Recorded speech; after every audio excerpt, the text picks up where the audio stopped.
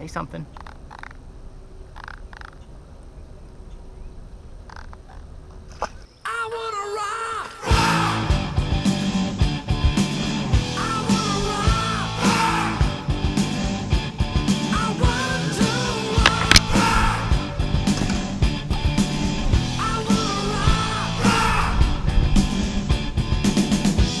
Cruise here with your Sunline Recap from Lake Dardanelle out there in Arkansas.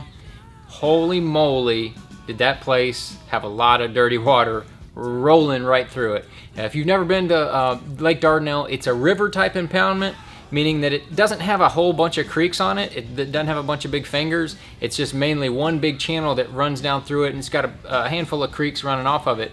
So the creeks coming off of it had some relatively clear water, still a lot more stained than normal for that lake, but there was not a huge main river bite going on because they had a ton of water. Water was just rolling right through there because they've had a ton of rain upstream from there in the eastern part of Oklahoma. That's where that water comes from, running through that Arkansas River. But in practice, I was actually having a pretty good practice. I was catching a lot of fish on a number of different baits. I was catching some on a chatterbait. I was catching some on a white swim jig with a twin turbo on the back. I was catching some on the mixed stick 110. I was catching some on the 48. I was catching some on a crankbait. And so I felt pretty good about the tournament going into it. I was catching some on topwater as well. Feeling pretty good about it going into it. Put the boat in the water morning of the tournament. The lake had dropped about 6 or 8 inches on that lower end. So the flow had not changed, but the lake had gone down, which was very mind-boggling to me. So I figured that shallow grass bite may not be quite as good. So I wanted to focus on areas that would not be as affected by a 6-inch drop. Some of those shallow areas that I had, man, that bite just totally went away. And then some of the other areas that I was catching a few fish, the bite dramatically took a turn for the worse for whatever reason. I don't know why. But I ended up catching most of my fish either on mixed stick 110 jerkbait. It's the IU. I love this color. It's a newer color, really, really slick. And the missile baits 48.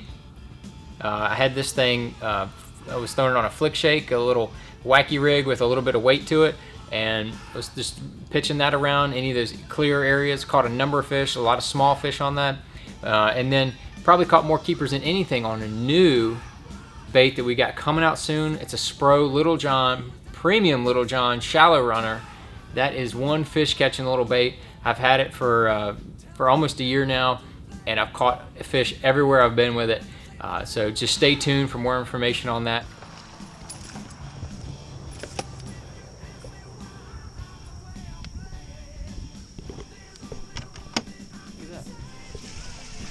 Where'd that come from?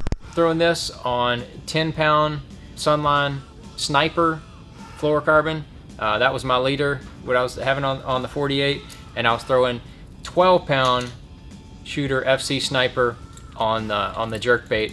Those were the lines that I was using my casting rods. I was throwing the jerkbait actually on a square bill rod, and I was throwing that premium Little John on the casting John Cruz square bill rod. Very versatile rod, very good rod.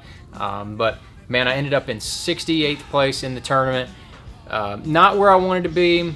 I was one fish short of a limit on the second day, and I weighed in 2 12-inch spots on the first day. Kind of killed me. All I needed to do was catch a couple more keeper largemouth, and I would have been just fine. Top 50, would have had a few more points, but I slid down just barely. I think I went down to about 27th in the points from 22nd. So not a huge slip, but need to start cracking some more top 12, some more top 20s, move back up in the points so I can be at the Classic at the end of the year. And we've got a little bit of a break after this event. Going to be going to ICAST here in a few weeks. And after ICAST, we're going to be going up north, catching some smallmouth. Going to be some jerk baiting, I bet you. Going to be some missile baits 48 bite going on, I can almost guarantee you. So stay tuned. That is going to be very exciting.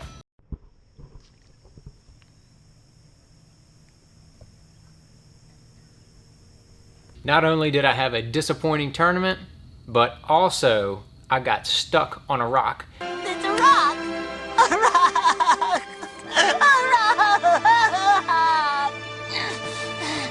a big, beautiful old rock. I was idling from one side of a cove to the other. I did not realize there was a rock about 8 inches, a big flat rock about 8 inches under the surface, and I idled right up on top of that rock. I had to get out of the boat and push the boat, so I scarred up the bottom of the boat. I'm gonna get that fixed, and so just to make matters worse, just got stuck on a rock. What are you gonna do?